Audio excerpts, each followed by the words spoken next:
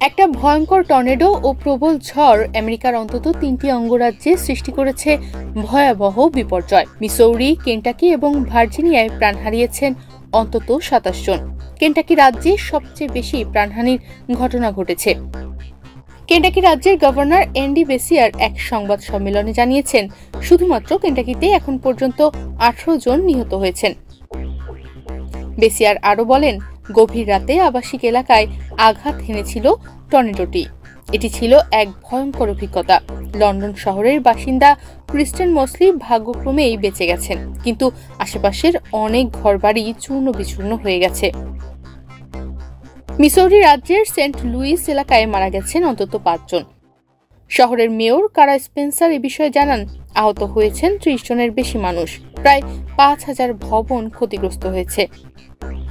ধ্বংসযজ্ঞের ভয়াবহতা ভাষায় প্রকাশ করা কঠিন।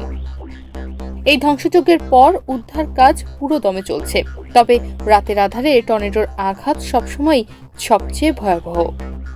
এই টর্নেডোটি ছিল EF3 বা তার চেয়ে বেশি শক্তিশালী, যার বাতাসের গতি ছিল ঘন্টায় 220 কিলোমিটার বা তারও বেশি। ঘন্টার পর ঘন্টা ধরে বয়ে গেছে এই ধ্বংসাত্মক প্রাকৃতিক শক্তি। আবহাওয়াবিদদের ভাষায় এটি ছিল একটা নাইট টর্নেডো আউটব্রেক, অর্থাৎ রাতের অন্ধকারে একাধিক টর্নেডোর ভয়াবহ প্রলয়। আবহাওয়ার পূর্বাভাস অনুযায়ী এখনও কিছু অংশে ঝড় ও হালকা টর্নেডোর সম্ভাবনা রয়েছে। সেই সাথে বিদ্যুৎহীন অবস্থা, পানির সংকট এবং ঠান্ডাজনিত সমস্যা বাড়ছে।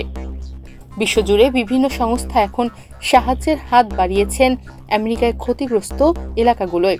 Red Cross, disaster relief fund ও গোফান্ডমি এসব প্ল্যাটফর্মে চলছে চাঁদা সংগ্রহ।